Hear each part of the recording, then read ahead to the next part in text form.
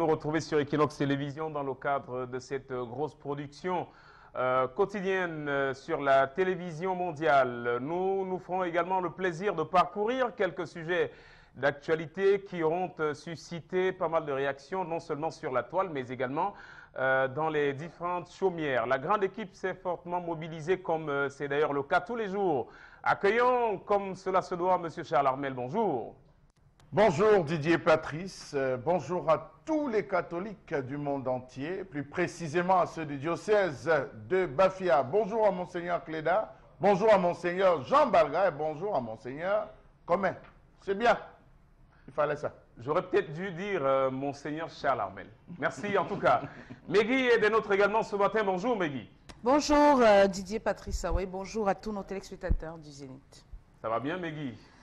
Oh, ça va, mais bon, j'adresse un bonjour particulier aux agents de police pour qui l'essence interdit n'ont de valeur que pour les voitures personnelles et non pour les taximens et pour les mototaxis. Et surtout lorsqu'on en parle, on sait très bien que la question du respect d'un certain nombre de préalables reste aujourd'hui d'actualité. Mombok Bengan est avec nous ce matin. Bonjour. Bonjour Didier, j'ai dit courage aux forces de maintien de l'ordre, je pense aux billes, et notamment qui viennent d'essuyer des importantes pertes en vies humaines en mer. Je dis courage les gars. Merci infiniment. Notre chère Haribel n'a pas dérogé à la règle, elle a également effectué le déplacement malgré les bouchons qui semblent dicter leur loi sur la ville de Douala. Bonjour Haribel. Bonjour Didier Patrice, bonjour Charles Armel, bonjour Megui Bonjour. et bonjour Bombok. Bonjour à vous chers téléspectateurs. Bonjour aux femmes qui passent leur temps à gâter le nom des femmes. Bonjour aux femmes qui confondent, qui imposent la distinction dans leur couple. Bonjour aux femmes qui distinguent les mères et les belles-mères. Qu'est-ce qui se passe, Didier Patrice? C'est une femme qui est restée, son mari est rentré et lui dit, chérie, pardon, fais les courses, on part au village, on part rendre visite à maman, elle est malade. La femme dit que, courses comment? C'est encore trop dit. Il y a le riz dedans, non? Il y a l'huile, non? Donc on peut prendre quelques boîtes de riz et l'huile qui reste à la maison, c'est 5 litres qui restait. On part. Le mari a dit, c'est tout. Elle a dit, oui, ça va, c'est même trop beaucoup. Le mari a dit, ok, fais vite, fais vite. Je suis pressé et on part. C'est comme ça qu'elle a pris tout cela. Ils sont partis. Seulement qu'arrivé au village, c'est les deux sont du même village, mais pas du même quartier. Arrivé, elle constate que le mari ne part pas dans son quartier. Il part plutôt dans, dans son quartier à elle-même. Il dit, mais chérie, tu as dit que c'était maman qui était malade, non? Comment tu ne rentres pas chez vous? Il dit, non, j'ai dit que c'est maman qui était malade. Donc ta mère, elle dit, cachonnetti. Tu dis que c'est, au lieu de me dire que c'est ma mère qui est malade, qu'on vient rendre visite à ma mère, tu dis que maman, je pensais que c'était ta mère. Hein? Maintenant, les quelques boîtes de riz et l'huile là ne peuvent pas suffire. Pardon, faisons demi-tour. Yeah! Faisons demi-tour. Ma mère n'aime même pas trop le riz. Pardon, faisons demi-tour. Allons compléter le sac. Le mari a dit, j'étais bien posé la question à savoir si ça suffisait. Tu as dit que ça suffit, donc on va sauf que partir. Merci beaucoup. Quand vous faites comme ça, on dit que les femmes sont montées, les femmes sont descendues. Une comme moi, je ne distingue pas. Ma belle-mère, c'est ma mère. Oui.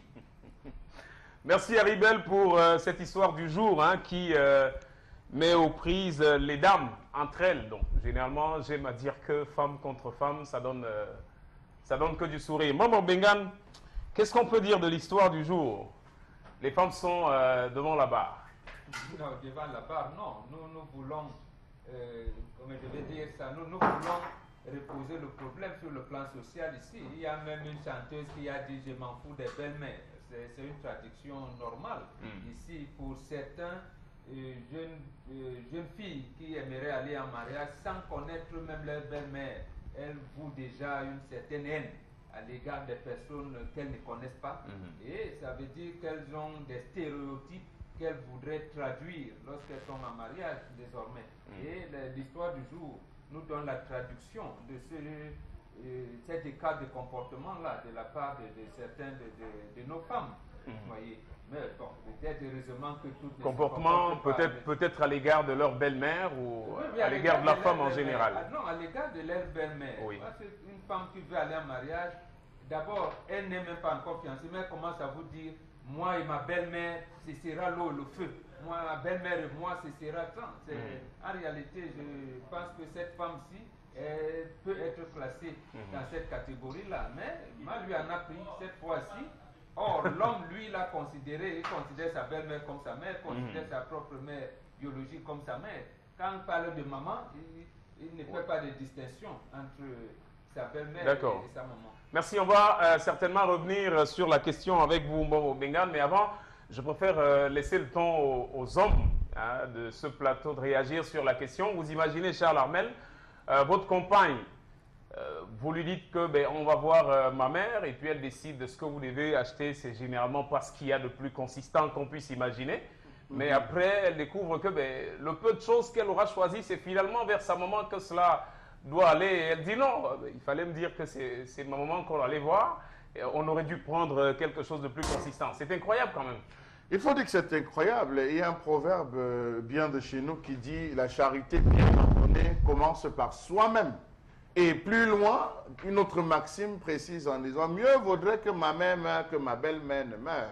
Façon de dire que Sam, Didier Patrice, on se retrouve toujours dans cette pratique où l'homme a tendance à considérer la famille de... En fait, ce qui devrait être fait, c'est que l'homme devrait prendre la famille de sa femme comme étant la sienne et la femme prendre la famille de l'homme comme étant la sienne aussi. Donc, pour dire que quand on se retrouve dans une situation où vous avez une femme qui a cette tendance à vouloir protéger les siens plus que sa belle famille, ça donne lui à comprendre que finalement, cette femme n'est là que pour des intérêts matériels. Elle n'est pas là pour l'amour, elle n'est pas là pour développer le sentiment. Parce que je ne saurais comprendre qu'une femme pose ce type d'acte, ça voudrait dire, Didier Patrice, que cette femme, elle appartient à la catégorie des femmes qui ne s'intéressent pas aux petits frères de son mari, qui ne s'intéressent pas aux sœurs de son mari, qui ne s'intéressent pas aux tantes. Elle est coupée complètement de sa belle famille. Ce qui fait en sorte que ça crée une froideur, ça crée une glace, une sorte de barrière entre l'éducation même qu'elle est censée donner à ses enfants et l'éducation prescrite sur le plan familial. Pourquoi je le dis ? Lorsque vous entrez dans une famille, vous épousez complètement les comportements, les habitudes et les attitudes de cette famille. Si vous entrez dans la maison d'un monsieur qui a grandi de façon, qui a toujours été cloîtré, qui a toujours été fermé, il va vouloir donner cette éducation. Si vous avez une femme extravertie qui rentre, elle aura tendance à biaiser si elle ne rentre pas véritablement en harmonie avec la famille, sa belle famille. Donc voilà pourquoi je dis, elle a commis l'erreur de sa vie et moi je pense que le mari devrait en tirer toutes les conséquences qu'ici à cela. Allez, conséquences, on en parle avec une dame sur ce plateau, c'est notre cher Meggy qui va essayer d'analyser un tout petit peu cette histoire du jour, qui est toute drôle quand même. C'est faux ce que certaines belles filles peuvent se montrer ou savent se montrer parfois dures envers leur belle-mère. Oui, c'est tout à fait vrai. Et ici, on a un cas de maladresse accentuée. Elle a été extrêmement maladroite parce qu'il aurait encore valu mieux. Il aurait valu mieux qu'elle se taise, qu'elle ne dise rien et qu'elle se rende chez sa mère tout tranquillement. Mais maintenant, il y a quand même lieu d'attirer l'attention des unes et des autres. Il est vrai que beaucoup de femmes aujourd'hui rentrent dans des foyers avec des préjugés, avec des attitudes déjà, c'est-à-dire qu'elles n'ont même pas encore eu... elles n'ont même pas encore fait face à l'adversité, qu'elles ont déjà des idées. Quand je vais arriver, je vais faire ceci, je ne vais pas me laisser marcher dessus, ma belle-mère, si elle... Voilà, donc ce sont là de très grandes erreurs. Parce qu'en principe, quand deux personnes se marient, ce qui devrait se faire, c'est que la famille de l'homme devient tout à fait ta famille et la famille de la femme devient la famille aussi de l'homme. Donc, tes parents à toi, la femme, deviennent les parents de ton mari et vice-versa. Donc, il faudrait que ta belle-mère, que tu la mettes au même pied d'égalité. Ça, c'est ce qui devrait se faire. Que tu la mettes au même pied d'égalité que ta mère, que ton beau-père soit au même pied d'égalité que ton père. Et l'inverse devrait aussi se faire observer. Maintenant, pour une situation comme celle-ci, oui, c'est vrai que parfois, il ne faut pas qu'on se mente. Il faut qu'on se dise la vérité. On a toujours ce sentiment naturel. C'est-à-dire qu'on sait que oui, ça c'est ma mère. Même si on voudrait faire les choses de façon équitable, il y a quand même ce sentiment naturel où on est un peu plus poussé. Ça, il faut se le dire. Oui. Il ne faut pas se tromper que ta mère reste ta mère. ton père reste ton père. Il ne faut pas qu'on fasse de la langue de bois, qu'on se dise que oui. Mais maintenant, dans la forme, pour que les choses se passent bien, il faudrait justement que tu essayes de toi, la femme surtout, de mettre tout le monde sur le même pied d'égalité pour ne pas créer des frustrations, pour ne pas créer des différends. Et par la même occasion aussi, on a donc cette femme qui réagit de la sorte. Bon, je ne voudrais pas évoquer ici un point qui n'a pas été évoqué dans l'histoire du jour, mais ce serait peut-être l'occasion de dire aussi qu'effectivement, on peut tirer aujourd'hui sur cette femme-là. Mais est-ce que, également dans sa belle famille, est-ce qu'on la considère vraiment comme une enfant de la famille? Parce que ça, c'est un problème auquel certaines femmes sont confrontées. C'est-à-dire que sur la base de ce qu'on vous dit quand vous vous mariez, c'est que oui, ta belle famille à toi, la femme, devient ta famille, puisque aujourd'hui, si tu as une femme mariée dotée, quand tu décèdes, on doit t'enterrer dans le village de ton mari. Mais est-ce que sur le terrain, est-ce que ces femmes sont réellement acceptées comme étant des enfants au sens plein du terme de cette famille du mari? Ce n'est pas toujours certain. Donc souvent aussi, il y a ces petits manquements de l'autre côté qui peuvent faire en sorte que le sentiment d'appartenance toujours à sa propre famille, c'est-à-dire sa mère, son père, soit de plus en plus renforcé. Et puis on peut assister à ce genre d'écart. Mais que non, moi je ne partage pas ce point de vue. Pour la simple raison que vous ne vous appartenez plus. Vous appartenez à une famille, quel que soit ce que vous ferez. Et c'est la raison pour laquelle vous allez vous rendre compte qu'à la fin, lorsqu'il faudra pratiquer le rite de veuvage, la femme se retrouve à souffrir. On dit, ok, comme tu nous as martyrisés, durant toute la vie que tu étais avec ton gars, maintenant, à travers le rite de veuvage, on va te faire voir. Donc, j'estime que la femme qui rentre dans un foyer, dans une belle famille ou dans une famille, gagnerait à s'accorder. Tout le monde ne peut pas vous détester. À moins que vous le vouliez personnellement, tout le monde ne peut pas vous détester. Parce que si les gens ne vous avaient pas aimé, vous ne serez pas dans cette famille.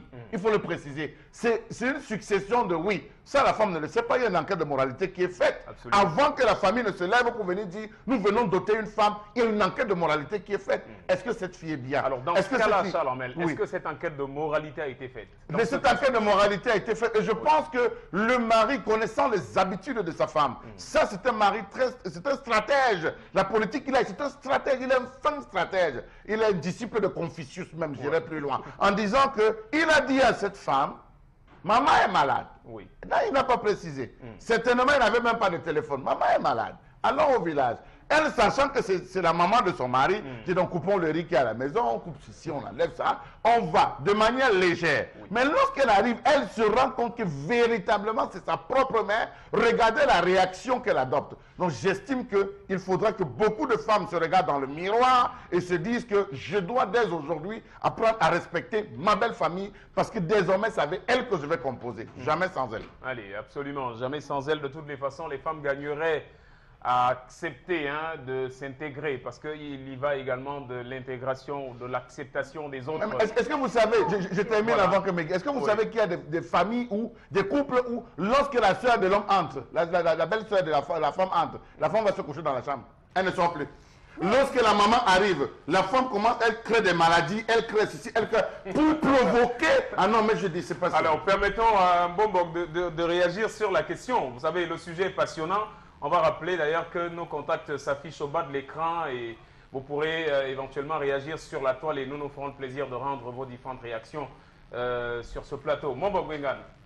Le problème commence le jour où la femme a pensé qu'elle allait en mariage, c'est-à-dire qu'elle pouvait choisir, qu'elle devait choisir son mari. Et le garçon également dit, je l'ai aimé, vous ne voulez pas. C'est là où ça blesse en réalité. Pourquoi on le dit? C'est la communauté. Lorsqu'on vient donner, vous doter, vous ne parlez même pas. Que ce soit le garçon ou la fille qui va aller en mariage, vous ne parlez pas. On ne demande pas votre avis. Lorsqu'il y a des gens, c'est pour dire quoi? C'est pour dire que c'est deux familles qui se marient, qui se lient d'amitié désormais. Parce qu'on sait que généralement, vous êtes jeunes.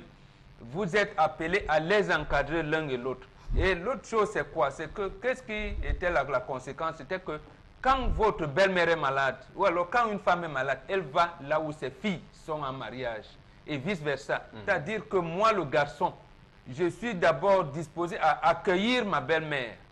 Et parce que ma maman ira là où mes soeurs sont allées en mariage. C'est ce que Megui parlait tout à l'heure du sentiment naturel. Mais quand les femmes se sont appropriées cela, comme si c'est elles qui, parce qu'elles ont même dit évolution. Or, elles allaient là droit au mur, en réalité. Or, la société africaine avait réglé tout de manière tout à fait normale. C'est pour ça que ce bonhomme, moi, je l'apprécie. Mais Didier Patrice, moi, je suis un peu... C'est-à-dire, je n'aime pas qu'on fasse des analyses dans l'absolu.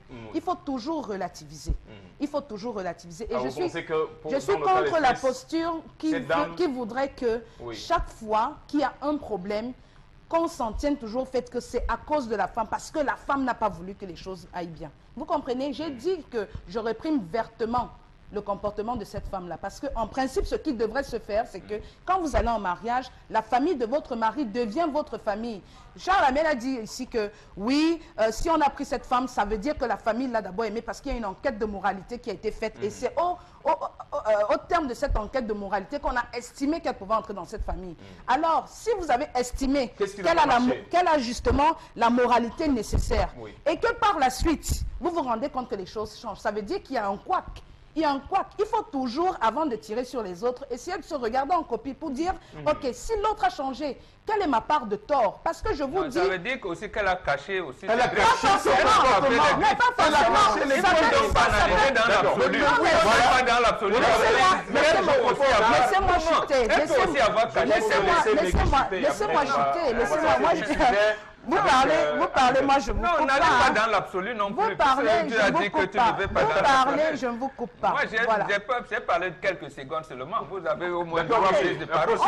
On vous a laissé aller jusqu'au bout de votre développement. Donc voilà ce que je veux dire, c'est quoi? C'est que pour que justement il y ait ce sentiment d'appartenance à cette famille. Moi, je connais aussi des situations où il y a des femmes qui sont arrivées avec justement cet entrain-là, que oui, c'est ma famille, et où elles ont été carrément rembarrées. Quand tu sais que tu vas dans une famille ou un village qui est désormais le tien, où on va t'enterrer, et qu'on te mette à l'écart par rapport à certaines choses, il y a cette petite frustration qui peut naître. Vous ne savez pas ce que d'autres femmes, il y a de très bonnes belles-mères, comme il y a de mauvaises belles-mères, il faut vous le dire. Et quand vous avez donc cette situation où vous venez avec tout l'entrain nécessaire, avec toute la bonne volonté nécessaire, je dis, il ne faut pas toujours tirer sur les femmes quand ça ne va pas. Il y a les voies de résolution de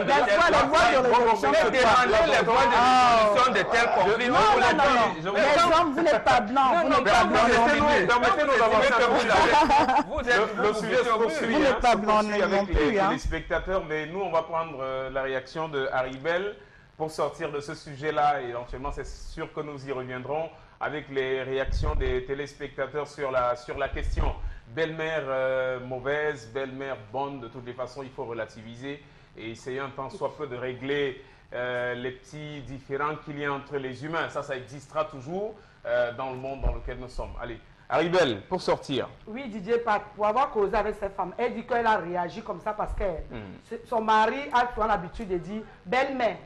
Tu vois, non? Il a souvent l'habitude de dire que belle-mère. C'est pour ça que le jour là, quand elle a suivi ma mère, tu vois, non? Elle a cru que c'était la mère de son mari. Elle n'a pas vite compris, quoi.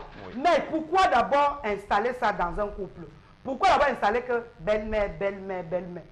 Moi, je vis avec moi. Ma mère, si tu n'appelles pas ma mère maman, c'est que tu ne m'aimes pas d'office.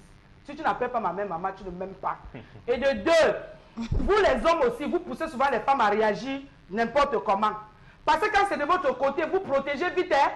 Vous protégez vite. Si c'était réellement de son côté, il ne devait pas laisser faire. Il ne devait pas laisser cette femme prendre quelques boîtes de riz et l'huile. Il devait dire que non, il faut. Mais comme il a constaté que...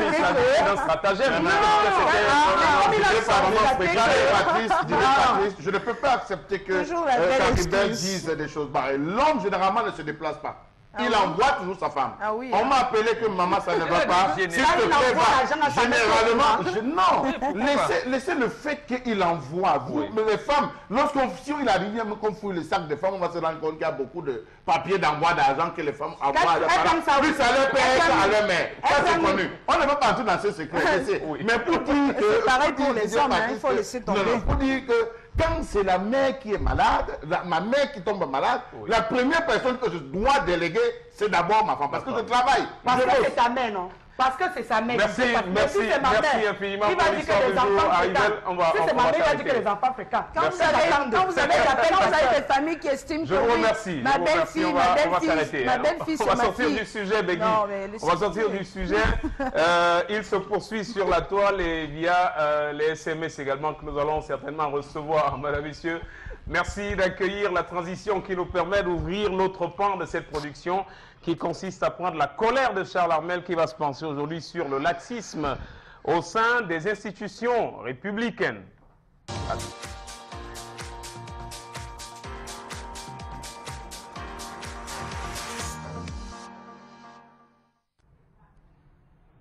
Je m'interroge ce jour sur la question du laxisme opéré au sein des institutions camerounaises.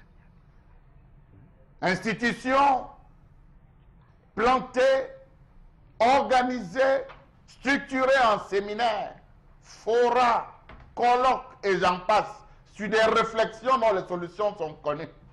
Je me demande ce qui nous pousse à ralentir le pas alors que les économies des pays environnants ne cessent de se mettre au pas de la compétitivité. Savez-vous qu'il est difficile au Cameroun de savoir ce qui est important, urgent et de ce qui ne l'est pas? Savez-vous que tout n'émane jamais de la volonté de nos ministres, tant l'œil du homme qui plane? Savez-vous qu'on retrouve aux commandes des gens peu recommandables piloter des projets vitaux pour l'avenir du pays, alors que les véritables experts connus sont là, mais largués? Savez-vous que de tous les pays africains et étrangers, le Cameroun est le seul pays qui possède un calendrier et une montre qui lui sont propres? Car ici, personne ne sait rien, sinon le créateur de toutes choses. La preuve, regardez le cas de la CMC et de la SOCAM. Il a fallu qu'une et une seule personne décide pour qu'on parle d'un projet, pardon, d'une fusion. Dans tous les cas, on se perd. Savez-vous que pour des procédures qui requièrent moins de temps et le moindre effort, la montre camerounaise ralentit? À titre illustratif, nous avons la lenteur de l'administration de la faculté des lettres et sciences humaines de l'université de Thiam, qui pour le simple retrait des attestations de réussite à la licence vous fait attendre plusieurs mois, voire une année, pour recevoir juste l'attestation. C'est bien. Savez-vous qu'à la session parlementaire de mars 2012, par exemple, les élus ont dû dénoncer l'impréparation qui transparaissait dans la démarche de l'exécutif au cours de l'examen en commission du projet de loi portant sur la prolongation de leur mandat? Savez-vous qu'il y a plusieurs décisions au projet où le gouvernement a pris des décisions croyant être bonnes, mais qui à la fin se sont rendues ou se sont vues incohérentes et inconscientes par des questions qui engageaient la vie de toute une nation? Savez-vous que presque aucun produit au Cameroun ne s'inscrit dans le registre des produits originaux, car tout est contrefait? Le fer, le béton, le ciment, les CD, le carburant, les vins, les DVD, tout dans nos marchés est contrefait. Le zoazoa, on ne fait rien pour arrêter. Pourtant, les solutions sont connues. Dans les marchés, les commerçants font bouillir l'avocat. Question de vide les coulées. Les femmes utilisent le téflon pour faire mûrir les plantains. Dans les bâtiments et travaux publics, les ouvrages s'écroulent aussitôt après la réalisation. Jamais un sociologue, jamais un ethnologue ne s'est penché sur la question, histoire de faire réfléchir. Savez-vous que pour détruire une nation, on a nullement besoin d'armes atomiques ou de missiles intercontinentaux, mais seulement de réduire la qualité de son éducation et permettre aux étudiants de tricher. Ainsi, le malade mourra dans la main d'un médecin qui a réussi par la tricherie. Les édifices s'écrouleront dans la main d'un ingénieur qui a réussi par la fraude. On perdra beaucoup de fonds dans la gestion ou dans la main d'un comptable arrivé par fraude. La religion s'éteindra dans les mains des théologiens qui ont réussi par la fraude et les recommandations. La justice s'envolera dans la main des magistrats qui ont réussi grâce à la fraude. L'ignorance se répandra parmi la jeune génération dans la main d'enseignants qui ont réussi par la fraude. La nation tout entière s'effondrera sous le poids d'individus frauduleusement intégrés. Voici là où on en est. Est-ce que c'est confirmé ou alors définitivement accepté que nous allons continuer sur cette lancée? Merci, belle question. De toutes les façons, Charles Armel, l'impunité qui sévit également dans notre cher et beau pays peut démontrer à suffisance tous ces manquements que nous enregistrons au quotidien. Megui, quelle réaction? Une réaction qu'on peut attendre. Hein. On est tout simplement médusé face à justement ce laxisme qui existe dans notre pays. Quand aujourd'hui, on a l'impression que dans toutes les institutions, dans toutes les administrations, les gens font comme ils veulent. Vous avez ces fonctionnaires qui estiment qu'ils peuvent faire ce qu'ils veulent parce que vous ne pouvez pas les enlever de leur poste. C'est ce qu'ils ont l'habitude de dire, que je suis là, j'ai le matricule, personne ne peut rien me faire. Donc on a ce laxisme-là qui dénote aujourd'hui de l'incapacité désormais de ce régime en place à pouvoir gouverner les choses au Cameroun. Il y a cette fatigue peut-être généralisée de nos dirigeants. C'est tout à fait déplorable parce qu'aujourd'hui on voit les conséquences sur le plan économique, sur le plan socio-économique même de notre pays, où il y a la corruption qui sévit, il y a le favoritisme qui sévit, la non-reconnaissance de la compétence même des uns et des autres. Chacun fait comme il veut. Dès qu'on installe quelqu'un quelque part, il estime que oui, il a plein pouvoir pour faire ce qu'il veut, au su et au vu de toutes les personnes qui décident, et rien ne se fait. On a aujourd'hui le cas, comme l'a évoqué Charles Armel Mbachou, de la CMC, de la SOCAM, ces deux sociétés qui ont existé, qui n'ont rien rapporté. On a toujours la culture qui plombe, l'art musical qui plombe. Rien ne s'arrange. On change d'administrateur, rien n'est fait. C'est toujours les mêmes couacs. Et on se demande bien, alors, qu'est-ce qu'il faut faire pour pouvoir sortir de cette nébuleuse? On se pose la question. Belle question. Haribel, oui, votre réaction sur la colère de Charles Armel? Charles Armel a oublié encore un détail. Tu as oublié de dire que les femmes prennent l'igname, mettent dans le tapioca. Dès que tu trempes, ça fait chouette. Ça devient mou. Oui, tu as oublié l'autre là. Tu as encore oublié de dire que même les boîtes qu'on appelle les boîtes qu'on mesure au marché ne sont plus les vraies boîtes. Que les balances on pèse la viande ne sont plus des vraies balances. Le pays est foutu. Chacun cherche à fabriquer sa part pour pouvoir manger parce que c'est ce que le père de Yaoundé a installé. Que si tu trouves ton réseau, mange. Fabrique ta part, mange. L'essentiel que tu t'en sors déjà, non. Ça va. Il n'y a pas de problème. Même le haricot, on fabrique. Il y a même le faux haricot au marché, Charles Armel. Tout est faux maintenant. Je n'arrive pas à comprendre. Mais je suis sûr que si mon gouvernement tape la main sur la table, tout va aller. C'est parce qu'ils veulent le laisser faire. Ils laissent les gens faire du n'importe quoi. Et ce n'est pas bien. C'est comme si on est déjà à la fin des temps, franchement. Allez. Merci Haribel. Mbok Bengan, Charles Armel fait bien de parler de laxisme au sein des institutions. On sait également que ce n'est pas souvent que la répression suit son cours, même quand bien même les faits qui leur sont reprochés sont avérés. Quelle analyse peut-on faire de la situation, Mbok Bengan? Je voudrais bien qu'on me dise comment on peut punir un chef. Quand c'est le chef qui a la faute, vous allez le punir comment? Et à partir de là, il n'existe pas d'institution.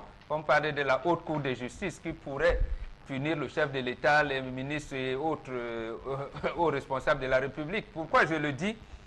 Est-ce que vous savez qu'aujourd'hui, le chef de l'État n'a pas une institution qui lui donne des conseils en l'orientation économique?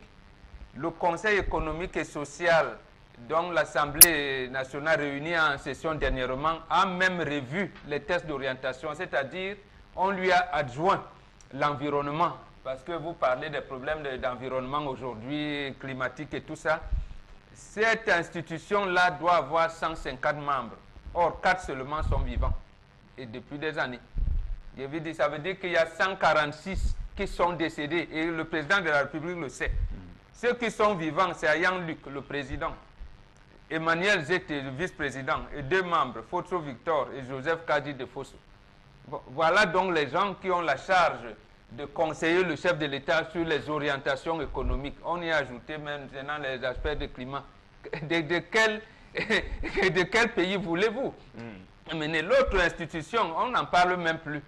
C'est ce qu'on appelle la chambre d'agriculture. Après, à Djibolo, je ne sais même plus comment ça en est fait.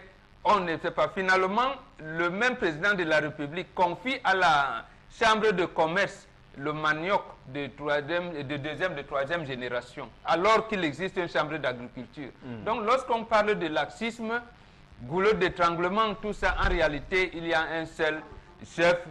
Babi Sakana parlerait de l'entrepreneur en chef. Donc, l'entrepreneur en chef a fait faillite. Maintenant, on va donc le punir comment? faut tirer les leçons de tout voilà, ce que nous c'est vivons au peut-être quotidien. parce que nous sommes là quelques jours seulement de l'inscription sur les listes électorales. Il faut qu'on pense à le changer. Merci. Allez. Merci Mambok Bengan. J'ai rappelé, notre compte Facebook est ouvert et opérationnel. 10-12 le Zénith si vous souhaitez réagir à ces quelques sujets qui vous ont été proposés jusqu'ici par le panel, s'agissant effectivement de ces belles filles qui se comportent plutôt bizarrement, permettez l'expression, et du laxisme qui semble avoir finalement fait son lit dans nos institutions au Cameroun. Megui, faisons justement le tour de quelques SMS pour voir si nous avons quelques-uns qui nous sont parvenus. Alors, on a ce message qui nous dit une femme qui aime et accepte un homme généralement se plie en quatre pour faire plaisir à sa belle famille, mais très souvent, malgré les efforts que nous fournissons, la belle famille s'évertue à créer des problèmes dans nos couples, surtout quand le mari est le pilier financier de la famille. Il faut créer la zizanie dans le couple pour mieux le posséder afin de mieux l'exploiter. Les femmes se retrouvent souvent très aigries, évitent la belle famille car les contacts réguliers sont prétexte pour créer des problèmes. C'est Bibiche qui nous écrit depuis Makepe. Donc, on a cet autre message qui nous dit c'est ma mère qui est allée chercher ma femme et elle était aimée par toute la famille. Mais après quelque temps, c'est devenu la guerre au point où elle a tapé sur ma femme, comme pour dire que pour moi, cette dame a raison de se plaindre car apparemment, le mari fera pareil. C'est Pablo de Bepanda Axelour qui nous écrit. Cet autre message qui nous dit je suis dans une famille où la maman ne me considère même pas parce que son fils a fait un premier enfant avec une autre fille qui est en Europe. Comment faire? Mais moi, je suis là, je supporte. C'est Hélène depuis New Bell. Donc, non, je vais pas lire ce message. Donc, voilà. Un autre message qui nous dit cet homme connaît son épouse, cette femme est très mal intentionnée. C'est Cyril de Bonendale. Donc, un autre message qui nous dit j'ai déposé l'extrait de mon casier judiciaire au parquet jusqu'à aujourd'hui, pas de réponse. Cela fait déjà 3 semaines. Je réclame.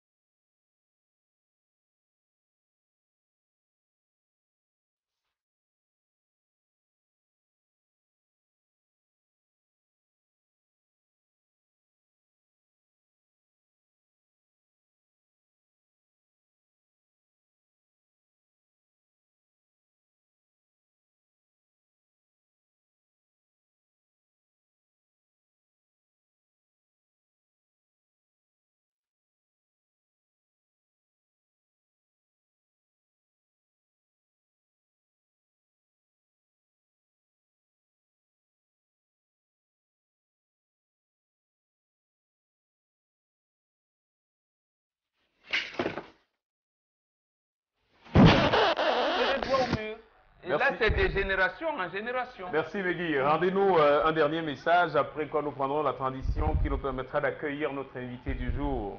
Voilà, nous sommes tous morts en guerre, 10-12 Zénith. Sauvez-nous en dénonçant le cas de Kousseri, le cas du naufrage du sud-ouest à la tête de chaque administration.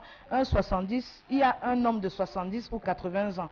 Je supplie le père de la nation pour qu'il dise quelque chose. Merci. La suite, ce sera tout à l'heure, justement, avec les messages que vous envoyez, hein, donc via notre page Facebook ou via le des droits aux auteurs au Cameroun. Et pour en parler, il ne fallait pas mieux que quelqu'un qui a fait ses marques également dans ce chantier ô combien difficile, parce qu'à lui seul, on pourrait évoquer la casquette de producteur, la casquette de manager, la casquette d'auteur, compositeur et interprète, et même la casquette d'arrangeur. Monsieur Émile Milanguet nous fait l'honneur de sa présence. Bienvenue, bonjour, sur le plateau du 10 août au Zénith. Bonjour à tous les co-panélistes, bonjour également à tous les téléspectateurs qui sont très nombreux à regarder et qui l'émission télé. Merci. Bonjour. Alors, la question justement de la production au Cameroun, d'abord on va survoler toutes ces casquettes-là avec vous, le temps de ces quelques minutes que nous avons à passer ensemble. Est-il facile d'être producteur dans le contexte spécifique du Cameroun? Émile Milanguet. La question est très simple et elle mérite une réponse directe. C'est pour dire que la chose la plus difficile au Cameroun aujourd'hui, c'est d'être producteur. Parce qu'un producteur, c'est qui? C'est celui-là qui investit de son argent pour promouvoir une œuvre culturelle. Nous savons bien aujourd'hui que lorsqu'on investit, on se retrouve dans le domaine du business. C'est pour ça qu'on appelle normalement ce champ le showbiz. Et lorsque vous investissez, vous devez attendre un retour d'investissement. Il arrive donc aujourd'hui que le piratage des œuvres de l'esprit, qu'on appelle vulgairement la piraterie, parce que la piraterie c'est en mer, a complètement décimé le paysage artistico-culturel et qu'il n'y a aucune volonté politique pour que cela puisse s'arrêter véritablement, parce que souvenons-nous quand même que le piratage des œuvres de l'esprit fait partie de la contrefaçon qui est réprimée quand même par la constitution camerounaise. Il est donc absurde, il est complètement inacceptable que les pirates continuent, n'est-ce pas, de se promener sans être inquiétés. Pour répondre à votre question qui est assez essentielle, c'est difficile d'être producteur aujourd'hui. La preuve, tous les producteurs ont foutu le camp et c'est les autoproductions et la débrouillardise qui prend le pas. Alors, doit-on dire, avant que le panel ne prenne la parole, Émile Milanguet, à vous écouter, que le manque criard de production, ou si vous voulez, de producteurs, déteint sur la qualité des productions musicales que nous pouvons avoir au Cameroun? Oui, c'est une partie de la conséquence. Et qu'aujourd'hui, beaucoup d'aventuriers sont arrivés dans ce métier. Vous savez, très souvent, on allait dans la musique par vocation. Lorsqu'on ressentait un talent d'auteur, un talent de compositeur, lorsqu'on ressentait un talent d'interprète, ou bien d'arrangeur ou d'instrumentiste, on se lançait dans la musique. Mais aujourd'hui, parce qu'il y a la libéralisation de l'espace audiovisuel et que tout le monde a besoin de voir son image défiler dans les écrans, on se retrouve aujourd'hui à voir tout le monde et n'importe qui en train de chanter, en train de produire des œuvres. Tout simplement parce que aujourd'hui, tout n'est plus contrôlé. Il suffit d'avoir son ordinateur, faire des programmations, même si cette musique ne ressemble à rien du tout, on la balance à la télé et le clip tourne sans qu'il puisse avoir même véritablement un album sur le marché. C'est pour dire que tout va vraiment mal, très mal. Et quand on sait que la culture fait partie des piliers de l'évolution d'une nation, je pense qu'il est grand temps que le gouvernement se réveille, et notamment le département ministériel en charge de la culture qui marque du pas sur place depuis très longtemps. Alors nous avons au sein, peut-être pour rester dans la logique de la production, des complexités liées à l'activité de la production, nous avons le Comité national de lutte contre la piraterie qui se targue d'avoir des résultats, qui se targue d'organiser des séminaires, des forats, des formations, des sensibilisations. Vous les producteurs, quelle est votre vision, quel est le regard que vous portez sur les actions du Comité national de lutte contre la piraterie? Est-ce que ça existe? Est-ce que ça travaille? Et qu'est-ce que vous faites pour les accompagner dans leur lutte? Je pense que déjà qu'en termes d'initiative, c'est quelque chose qu'il faut encourager. C'est-à-dire que quelqu'un puisse se lever, constituer autour de lui une certaine équipe pour essayer de combattre un phénomène pour lequel il n'a pas qualité. Parce que ce n'est pas aux artistes de se lever eux-mêmes pour aller combattre le piratage des œuvres de l'esprit. Mais j'aimerais dire quelque part que c'est une association qui existe depuis quelques années, qui essaye de se battre avec ses moyens de bord. Même si l'impact sur le terrain n'est véritablement pas cela, mais c'est encourageant en termes d'initiative. Il faut le faire mais ça doit être fait de manière assez encadrée. Aujourd'hui, qu'est-ce que les producteurs peuvent apporter pour pouvoir accompagner?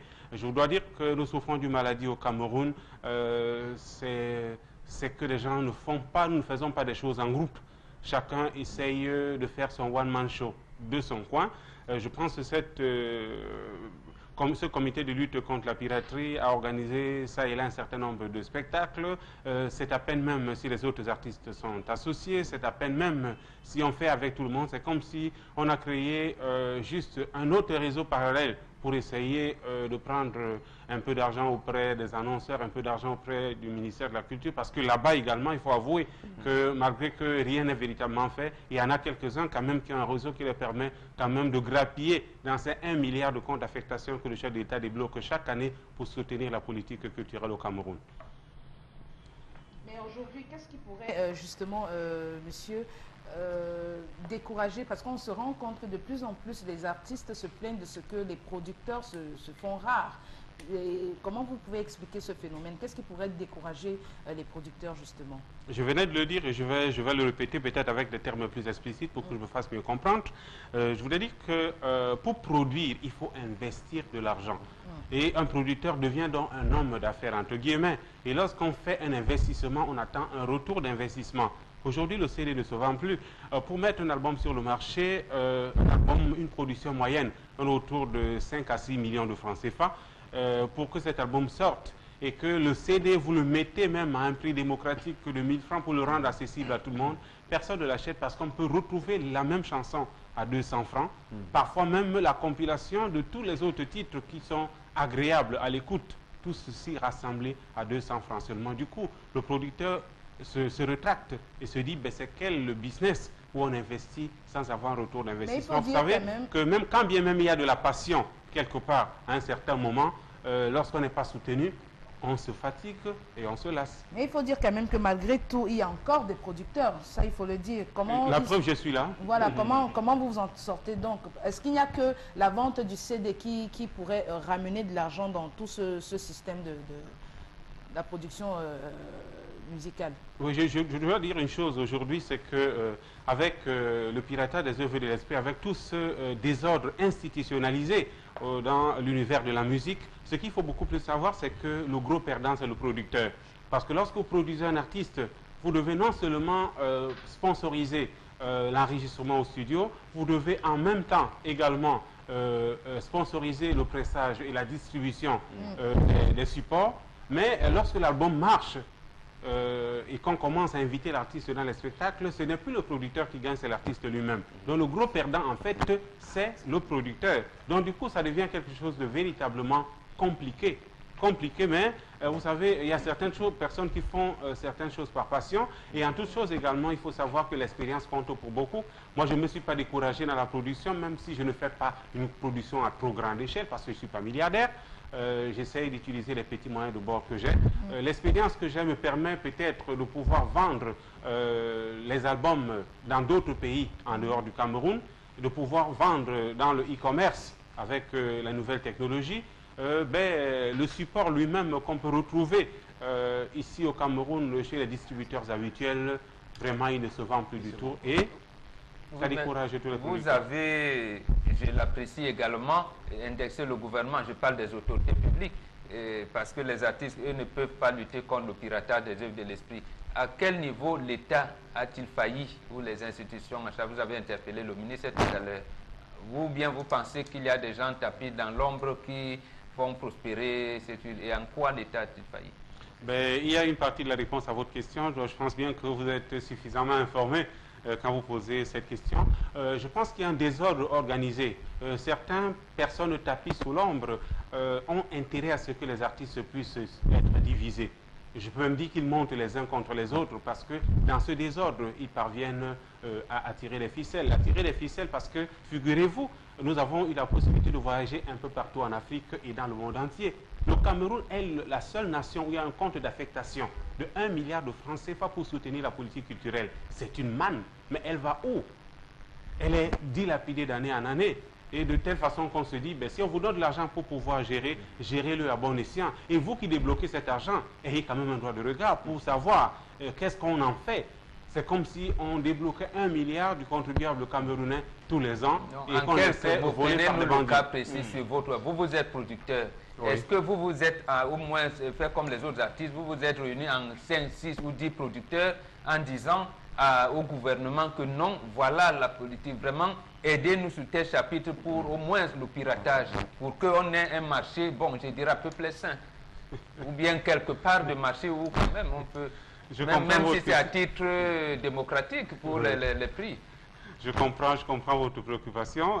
Je suis un peu amusé, mais ce n'est pas votre question qui m'amuse, parce que je sais que vous comprenez vous-même la profondeur de votre question. C'est pour dire qu'en réalité, les différentes sociétés de droits d'auteur qui se sont constituées, justement, c'est ça leur rôle, de pouvoir rappeler au département ministériel en charge de la culture que voici les doléances que nous avons sur la table, les poser afin que des solutions véritables soient trouvées.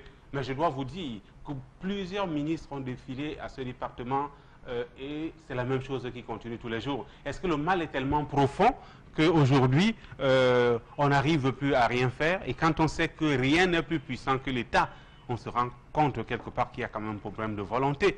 Parce que tel que soit ce qu'on devrait faire, il faut une politique derrière.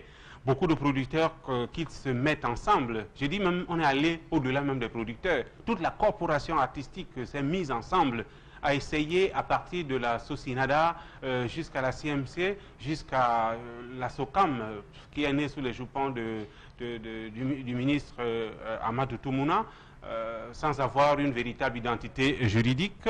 Mais je pense quelque part que tout a été essayé. Ce n'est pas pour moi l'occasion ici de dire qu'on est résigné, mais je pense quand même que chacun devait jouer son rôle à fond la caisse. L'artiste musicien est là pour composer de belles mélodies et les mettre à la disposition du public, et d'autres personnes sont peut-être derrière pour soutenir la politique culturelle d'une nation, parce qu'une nation, c'est beaucoup de choses, mais aussi et surtout sa culture. Oui, monsieur Émile, moi j'ai 2 questions pour vous.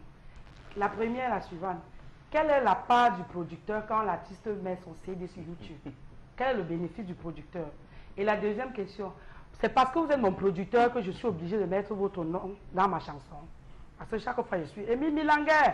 Oui, Émile Milanguer. Est-ce que c'est parce que vous m'avez produit que je suis obligé de mettre votre nom dans ma chanson? Vraiment, nous sommes avec les téléspectateurs. Je suis téléspectateur de cette émission, elle est très suivie, c'est pour ça que je ris, parce que c'est la réaction que j'ai moi-même lorsque je suis cette émission en tant que téléspectateur. Donc c'est pour dire que si vous regardez bien, j'ai pas mal de casquettes. En plus d'être producteur, je suis manager également. Je pense que j'ai une certaine manière de pouvoir travailler. Tous ceux qui ont passé beaucoup de temps à citer mon nom dans leurs chansons et avec à leur insistance et à leur désir, c'est des gens que j'ai encadrés en tant que manager. Parce que je vais vous dire que je suis un homme extrêmement exigeant.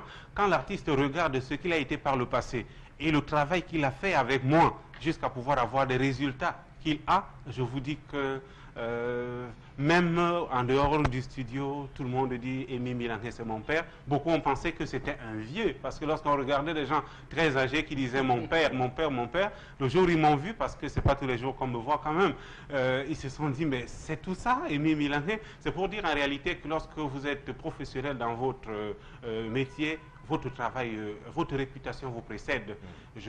Et poser peut-être la question à ceux-là qui citent mon nom à longueur de journée, pourquoi est-ce qu'ils le font? De l'autre côté également, celui qui met l'album d'un artiste sur YouTube, ce n'est pas l'artiste, c'est le producteur. Aujourd'hui, il peut y avoir confusion parce qu'il n'y a plus de producteurs et ce sont des autoproductions. Vous trouvez que c'est quelqu'un qui a décidé au village de soutenir une élite qui a décidé au village de soutenir un artiste, et du coup ce qui se passe c'est que l'artiste devient lui-même son producteur. Il peut mettre son album sur YouTube, il peut, sans publicité, il peut mettre son album dans les réseaux sociaux, je préfère le dire ainsi, et à partir de là, avec des contrats qu'il peut signer, et là encore réside encore un autre pan.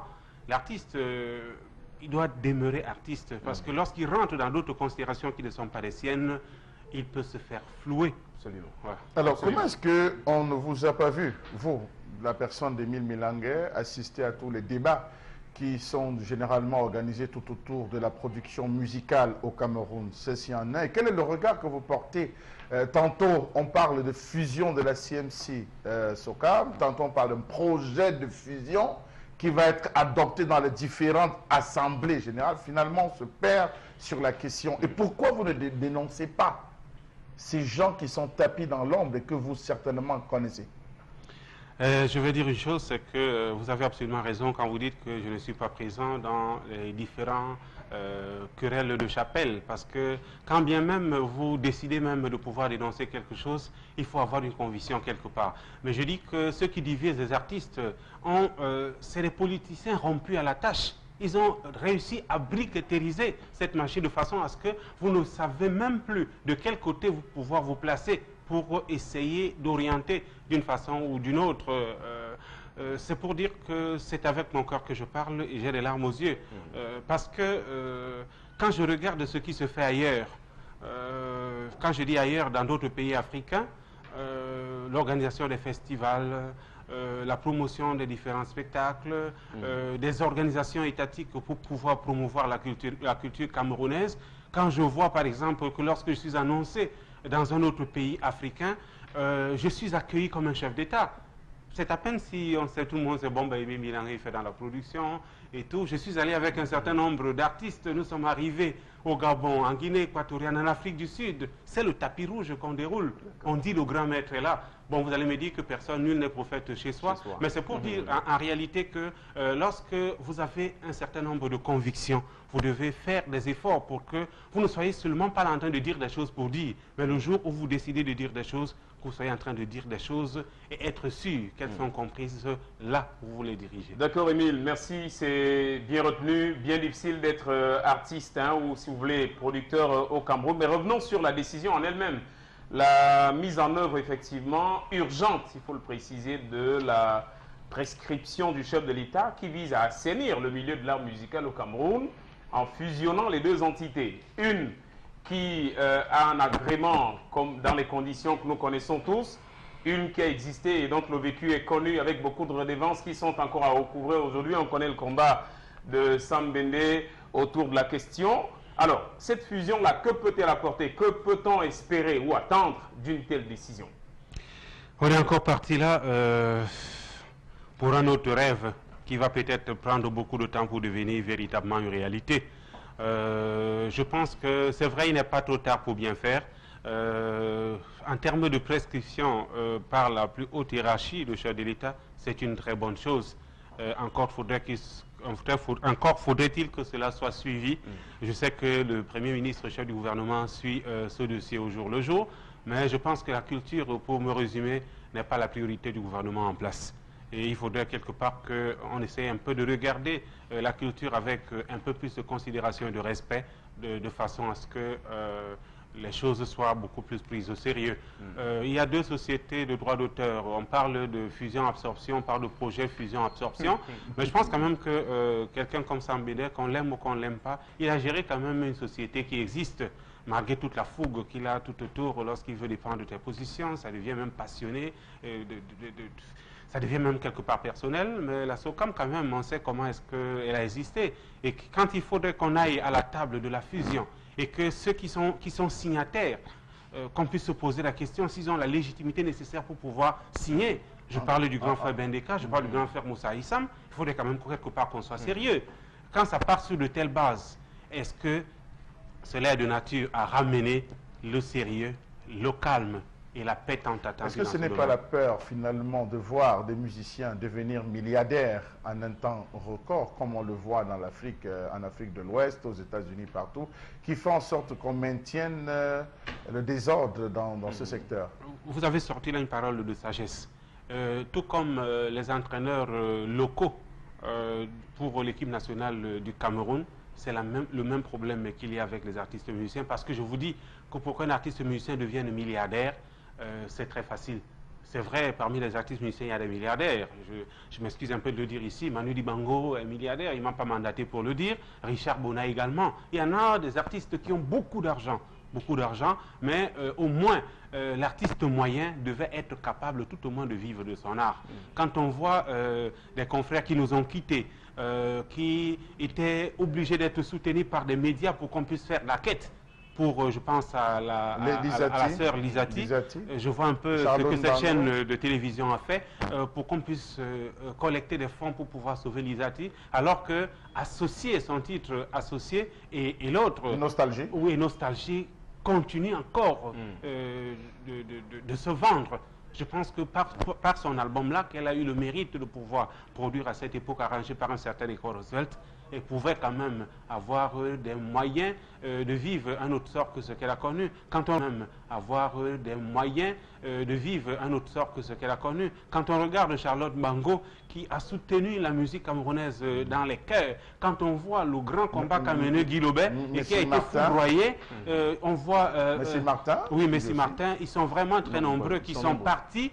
Je pense quelque part qu'il faudrait qu'on puisse savoir que lorsque chacun a choisi un métier, qu'il puisse vivre de son métier. Si les artistes sont considérés comme des gens qui n'étaient pas à l'école, entre guillemets, mais qu'ils ont choisi un métier qui leur apporte beaucoup d'argent, qu'on leur permette de vivre vraiment de leur art. Merci Émile Milanguet d'être venu échanger avec nous sur ce plateau sur la question autour non seulement de la production, mais également de ce qui prévoit actuellement avec les tendances qui se créent ça et là autour du droit d'auteur au Cameroun. Merci infiniment d'être venu. C'est moi qui vous remercie et qui remercie surtout votre émission, le Zénith dont je suis l'un des fans et qui nous permet, parce que les débats qui sont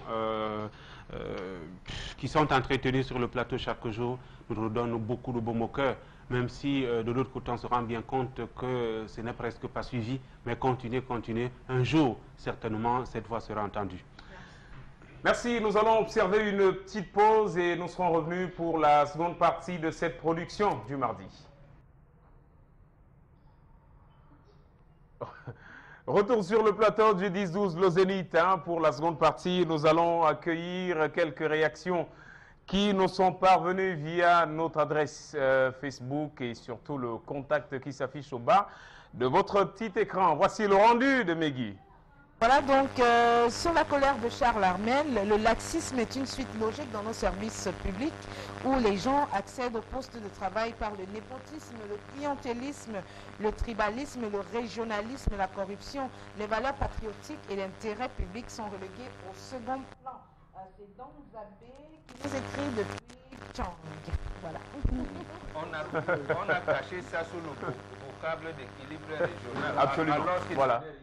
Non, il faut dire quand même, Didier Patrice, que le problème est très profond. Vous ne vous rendez peut-être pas compte, mais c'est très profond. Imaginez un médecin qui a réussi par la tricherie. Vous pensez qu'il va sauver des vies? Il ne va pas sauver des vies. Imaginez un individu qui est devenu ingénieur dans le génie civil par fraude parce qu'il a été recommandé, parce qu'au niveau de l'école il est sorti. Vous verrez des immeubles s'écrouler. Regardez les responsables que nous avons aux différentes ports, la douane, au port. Nous avons le faux ciment qui circule. Nous avons le fer, le faux fer, le faux à béton, le mauvais fer. Imaginez-vous que les maisons brûlent aujourd'hui. Est-ce que vous savez que c'est les rallonges chinoises qui sont commercialisées? La majeure partie des produits, c'est les rallonges chinoises. Comment est-ce que ça rentre au Cameroun? Interrogeons-nous. Comment ces produits rentrent au Cameroun? Qui laisse passer ces différents produits au Cameroun? Vous allez brancher, ça se met à chauffer, ça chauffe, ça brûle. Et voilà un coup, ce qu'on dit, c'est les bougies, c'est le délestage. Non. Je pense qu'aujourd'hui, il faudrait que le ministère du Commerce, il faudrait que la Chambre du Commerce, il faudrait que tous ces gens se mettent à l'œuvre pour travailler. Si vous avez un comptable qui a réussi par tricherie, vous pensez qu'il va faire quel type de comptabilité? C'est ce dans quoi nous sommes dans le Cameroun. Les mauvaises compétences en lieu et place des bonnes compétences, c'est tout. The right man at the right place, peut-être forcément ce qu'il faudra pour ce qui est du Cameroun à venir. De toutes les façons, comme on l'a dit, nous continuons de dénoncer ces différents mots ici. Mais Charles Armel, doit-on croire que cela puisse changer sur un coup de baguette magique? Ça devrait même changer. On parle de réduction du train de vie. Comment va-t-on réduire le train de vie? Est-ce que vous savez que dans les ministères, tous les 3 mois, il y a des individus qui vont émarger pour des missions fictives qu'ils n'ont jamais fait? Ils n'ont jamais bougé. Est-ce que vous le savez? Est-ce que vous savez que le simple stylo, qu'on vend 300 francs, on facture cela à l'État à 1000 francs, un stylo à 1000 francs. Savez-vous que la présidence de la République a payé plus du milliard la consommation d'eau? La présidence de la République, 1 milliard en termes de consommation d'eau. C'est la facture qu'on adresse à la présidence de la République. Et la présidence de la République paye depuis des années le milliard. Vu la présidence que vous voyez en termes de facture, on dit que l'État tout entier, à travers ses ministères, a consommé 2 milliards. Mais attendez, dites-moi, pour va où? Vous savez ce que représente 2 milliards, mais c'est tout un fleuve. On va la réduction du train de vie de l'État, encore que quand on parle de train de vie de l'État, il faut prendre en compte beaucoup de paramètres, cher Armel. De toutes les façons, 1 milliard pour ce qui est d'une facture de consommation d'eau. Seulement pour la présidence. C'est quel type de voiture qu'on lave? Quelle est l'utilisation qu'on fait? Mais c'est tout un fleuve. C'est la dimanche là. On 1 milliard en consommation d'une année. Alors on comprend pourquoi il y a des surfacturations. Comment vous avez une seule structure qui en même temps distribue, évalue la consommation, fixe les prix, la qualité de votre compteur, la qualité du type d'énergie que vous devez recevoir quand même, qu'on arrête un peu ça. Qu'on arrête. Qu'on mette des vraies personnes là où il faut. Qu'on enlève c'est longtemps. Vous avez le directeur du cinéma qui est là depuis plus de 40 ans. C'est normal, depuis l'époque d'Aïdio, on l'a affecté, il est là. C'est ça pas que le directeur du cinéma. C'est cinéma. Meggy, est-ce qu'il y a d'autres réactions sur la droite? Par rapport à l'histoire du jour, on a Alice Octavie de Yassa qui nous dit qu'il y a aussi des belles-mères qui frustrent leur belle-fille en l'absence de leur fils, ce qui fait en sorte que la fille prend des distances, mais son mari la trouve méchante. C'est vrai également. On vous dit les mécanismes de résolution des conflits existent.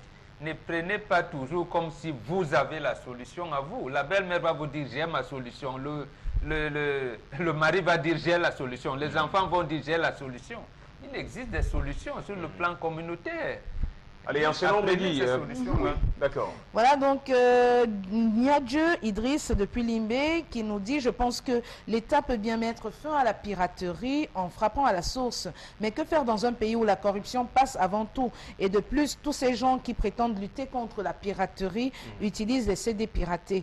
Qu'ils montrent le bon exemple en achetant des CD originaux. » Alors, une pondeuse de 1000 va chercher. C'est comme ça qu'on appelle dans le jargon de la piraterie, c'est-à-dire l'appareil qui permet de faire 1000 CD, 1000 DVD en une minute. Une pondeuse va chercher dans les 10-15 millions.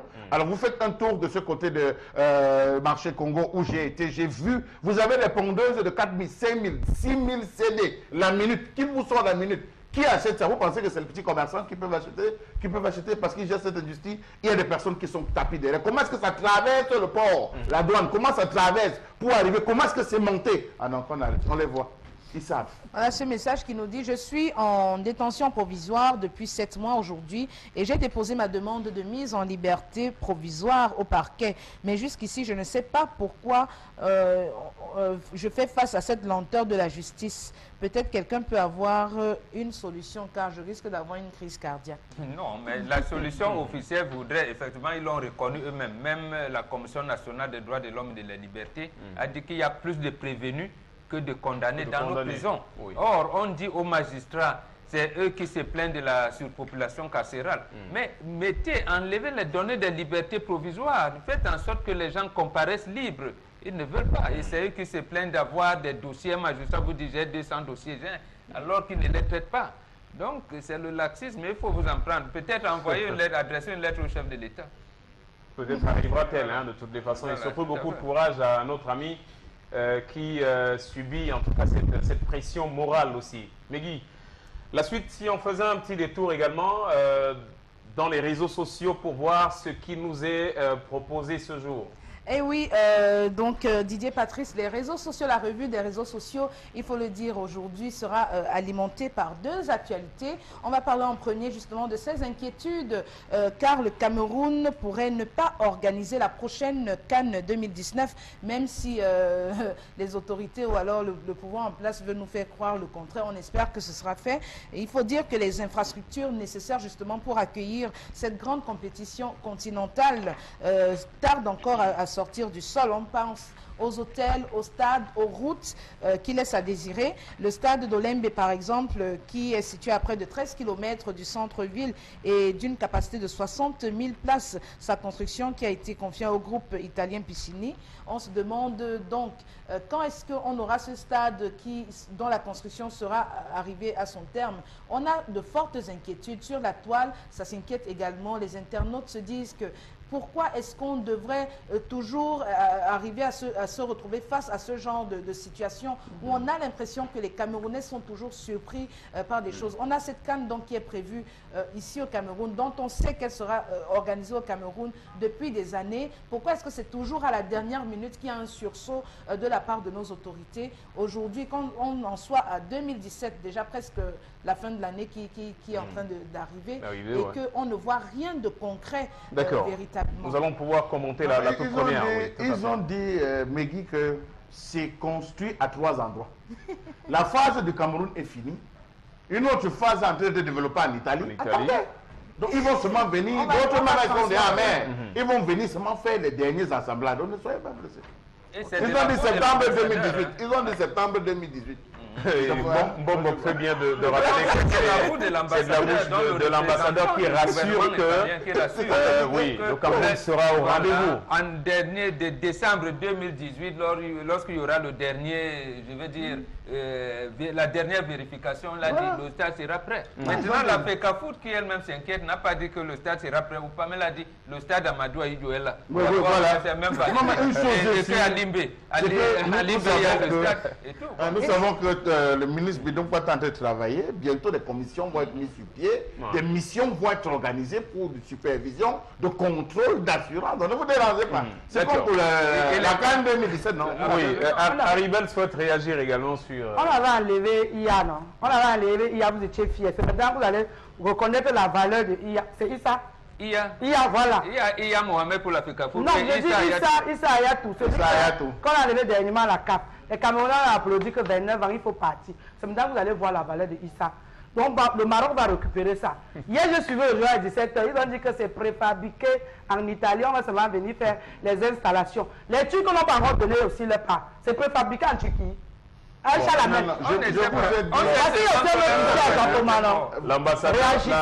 Madame l'ambassadeur a dit, ne vous inquiétez pas, le stade sera livré à temps. Ça, c'était en l'Italie. Il est temps de dissiper le malentendu entre préfabrication en Italie provisoire. Maintenant, provisoire. Maintenant, en Turquie, c'est préfabriqué. Si tu veux qu'on parle de l'opération Sphinx, que ceux qui ont pris l'argent là ne livrent pas. On va laisser l'opération EPRV, ça sera l'opération Sphinx. Parce que le chef de l'État a dit que nous serons là pour organiser en 2019. Est-ce qu'il a dit peut-être? Non. Ça veut dire que lui, un jour, il va venir là en sauveur. Il va prendre. Attendez, l'opération Sphinx. Allez, permettons à Megui de poursuivre avec la lecture de ces réactions que nous avons eues ce matin à travers les réseaux sociaux. Oui, les internautes, justement, sont très dubitatifs. Ils se disent que, mais à quoi a donc servi cette sortie, ou alors servira cette sortie du ministre des Sports, Bidon Pat, qui a martelé en février 2017 qu'il donne 17 mois à l'entreprise italienne, justement, pour livrer cet ouvrage. 17 mois, si on fait le décompte, on est rendu en 2018, je ne sais plus en quel mois de 2018. J'ai envie de répondre il ne s'est pas rendu compte que les Italiens ne veulent plus traiter avec les anges de Dieu. Ils préfèrent traiter avec Dieu.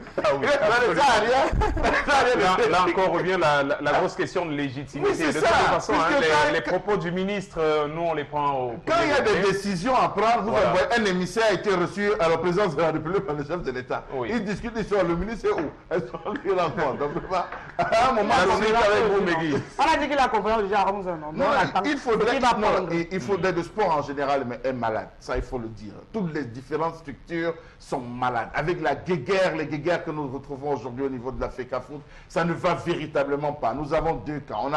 On essaie de faire la paix. On dit tantôt il y a eu la paix. Non, on n'a pas fumé le calmette. Vraiment, le sport est malade. Aujourd'hui, lui-même est sous tension et sous pression. Je parle de Tom Yaroko. Il est véritablement, comme Ismaël Bidonkwat, il est véritablement sous pression. Alors, je pense qu'il faut qu'il décoince un peu. Il faut qu'il décoince et je ne pense pas comme Bombok qui maîtrise mieux ce dossier. Mais nous ne perdons rien pour attendre. Non, il décoince parce que le chef de l'État n'a pas prescrit les élections au budget de 2018, mais il a prescrit la CAN 2019. Voilà. Donc, comme vous dites, il viendra là, peut-être en politique d'espèce, peut-être en sauveur comme Jésus. Voilà. Alors, Megui, y a-t-il un autre sujet sur la toile? Oui, un deuxième sujet, justement, qui concerne justement la disparition, la mort de Monseigneur Jean-Marie Benoît Bala. Il faut signaler que le la conférence épiscopale du Cameroun, en la personne de monsieur Monseigneur Samuel Cléda, qui la représente justement, a commis un communiqué pour accuser réception de la dépouille de Monseigneur Jean-Marie Benoît Bala. Voilà la consistance de ce communiqué que je m'en vais vous lire. En ce 17 juillet 2017, nous, son Excellence Monseigneur Samuel Cléda, archevêque de Douala, président de la conférence épiscopale nationale du Cameroun, son Excellence Jean Barga, archevêque de Yaoundé, son Excellence Komé Abraham, évêque de Bafang, administrateur apostolique du diocèse de Bafia, avons procédé à l'identification de la dépouille mortelle de Monseigneur Jean-Marie Benoît Bala, évêque de Bafia, à la morgue de l'hôpital général de Yaoundé. Le corps du défunt a été mis à notre disposition à charge pour l'Église d'organiser ses obsèques qui sont prévues en date du mercredi 2 et jeudi 3 août 2017 à Bafia, selon le programme qui vous sera communiqué. Pour la suite, la conférence épiscopale nationale du Cameroun va se constituer partie civile et envisage porter plainte contre X pour assassinat de Monseigneur Jean-Marie Benoît Bala. Ce dossier sera confié à un collège d'avocats qui nous représentera désormais dans la recherche de la vérité. Restons unis dans la douleur, l'espoir et l'espérance et prions pour le repos éternel du défunt ainsi que pour les fidèles du diocèse de Bafia éprouvés. Voilà, Bombok Bengan, on va le dire tout simplement, le clergé qui se constitue donc en partie civile pour porter plainte contre X et réitère sa position sur la question de la disparition du regretté désormais Monseigneur Benoît Bala. Voilà, donc on va le dire, c'est un feuilleton qui est loin d'être terminé, Bombok Bengan. C'est loin d'être terminé, mais moi j'apprécie vraiment à 200% cette attitude et cette démarche surtout de l'épiscopat camerounais. Ils ont dit que c'est mort de trop. Il faut que justice soit faite, il faut que la vérité soit établie. Et hier, on savait que Mveng était assassiné, que les sœurs avaient été assassinées, que les abbés de Yvette étaient assassinés, mais ils n'étaient pas allés jusqu'à porter plainte. Cette fois, c'est bon, il faut porter plainte. Là, maintenant, on va voir. Le premier président de la Cour suprême nous disait il n'y a pas longtemps, lors de la rentrée judiciaire, il ne faut pas éviter la justice privée. Ayez confiance à votre institution judiciaire. Nous, voilà donc un cas qui va se présenter à nous. Hier, la justice n'a pas pu nous dire si Koumateke était arrivée morte à la Quintini ou pas. L'ordre des médecins s'est empressé à dire qu'elle était morte.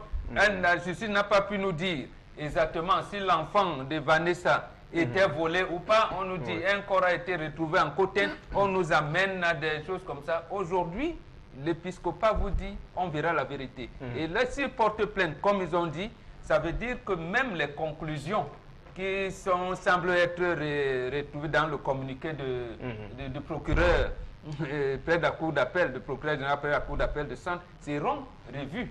Donc le juge de Bafia, où ils vont sûrement porter plainte, va reprendre les enquêtes à zéro et ils ont maintenant la certitude qu'il y a des preuves des tâches de violence. Tout à fait. Sur le corps de Monseigneur. De toutes les façons, c'est une actualité que nous suivrons attentivement. Charles Armel, cela peut susciter quand même quelques réactions. Finalement, le corps a été réceptionné par l'épiscopat qui a déjà planifié les obsèques. Donc voilà, on peut dire que finalement, au moins pour le repos de son âme, il vaut mieux que les choses aillent de l'avant. Moi, je n'ai qu'une question. La question que je vais me poser, c'est comment on est parti du bras de fer subitement à la réception de ce corps? Parce qu'on se rappelle que l'Église décriait encore le fait des pressions qui étaient menées sur l'endroit de certains responsables apostoliques sur la décharge du corps. Comment est-ce qu'on est arrivé à ceci que lundi, on nous dit qu'on a déchargé le corps lundi dans les 11 heures et que pour nous qui avons suivi un peu cette actualité sur la toile, on s'est rendu compte qu'il y avait des déclarations qui étaient faites que même rentrer à l'hôpital général, c'était difficile, il y avait une forte militarisation, on ne pouvait pas entrer, tout le monde était fouillé, on a fait allusion à cette grosse querelle et invective qui a eu lieu entre Monseigneur Jean Barga et Monseigneur Cléda. Ça, c'est ce qu'on lisait, on pouvait lire sur la toile. Et comment est-ce qu'on en est arrivé là? Bon, c'est vrai que les internautes et tous, on s'est posé la même question, mais je crois que tôt ou tard, il aurait fallu qu'on enterre ce corps. Est-ce que l'Église a choisi d'abord d'enterrer son mort pour continuer la vie dans la bataille? Est-ce qu'ils ont choisi d'enterrer, porter plainte et laisser l'affaire? Une chose est sûre, l'avenir et le temps nous le dira. Non, il ne faut pas, peut-être que les internautes n'avaient pas toute l'information. Il faut dire que l'épiscopat a réceptionné le corps, là, ils ne l'ont pas mentionné, mais avec des huissiers de justice. Avec des huissiers de justice pour constater effectivement ce qu'eux, ils avaient. Maintenant, parce que les informations étaient, effectivement, on voulait leur donner le corps. Mais eux, ils avaient donc des doutes. On dit il n'y avait pas de traces de violence sur le corps. C'est là où ils ont dit qu'ils aimeraient réidentifier le corps comme ils l'ont fait à la sortie de la Sanaga. Donc maintenant, il fallait donc le faire, puisqu'ils savaient qu'ils allaient porter plainte, venir avec d'autres autorités judiciaires, c'est-à-dire les huissiers de justice. Constater. Donc maintenant, pour qu'ils aient des éléments palpables en leurs mains. Merci. Attention justement sur la question de ne pas commenter les commentaires des internautes parce que ceci a entraîné beaucoup de nos confrères dans des analyses approximatives de cette affaire-là. Nous faisons bien de dire encore ici que les différents communiqués qui sont commis par les parties concernées nous apportent les éléments d'information nécessaires pour aborder cette question ô combien sensible et préoccupante. Alors, Haribel. Oui, Didier Pat.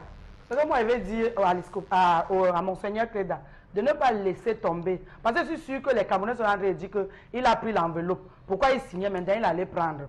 Pourquoi il a signé, il disait maintenant, il allait prendre le corps. Je suis sûr que c'est ce que les gens disent au quartier. Parce que les Camerounais aiment trop bavarder. On dit quoi au quartier? Que celui qui a pris l'enveloppe, ce qu'on a donné l'enveloppe, c'est pour ça qu'il veut laisser tomber. Ne laisse même pas tomber, continue. Sinon, ils vont continuer à tuer le corps de l'église, soi-disant qu'ils sont très forts. Pardon, Monseigneur Cléda, comme vous avez commencé là, commencez, continuez, ne laissez même pas, même un peu. Enterrer, c'est bien beau, enterrer Monseigneur Mbala, mais l'affaire là, non, ça suffit. C'est pas genre dans quelques le père de la Yaoundé, ouvre souvent, on ne referme pas là.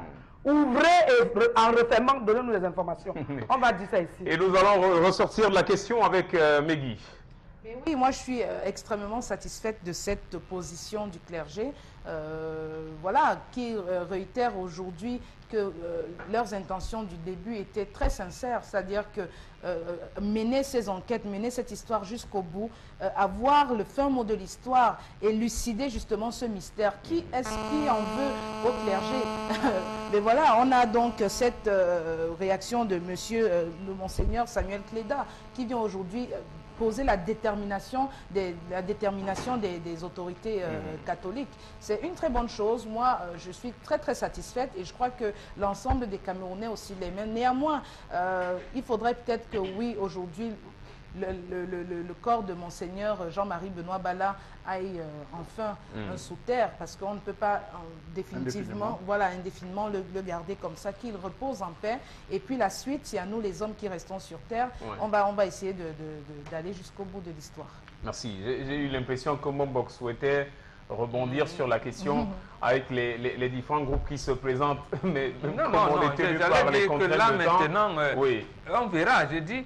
On verra donc si la justice voudra bien prendre son pouvoir que lui confère la Constitution. C'est-à-dire si le président du tribunal va se charger de l'affaire et aller jusqu'au... C'est là où les problèmes donc des appels téléphoniques, des ci, des ça, des tout dans les empreintes, si on a la police scientifique, ainsi de suite. On verra donc si la justice ira jusqu'au bout et surtout prendre son pouvoir. Merci à toutes vos brillantes analyses. Il est de tradition que nous prenions également la réaction des Camerounais dans la rue qui nous proposent éventuellement quelques sujets de réflexion que nous abordons. Voici Interpellation.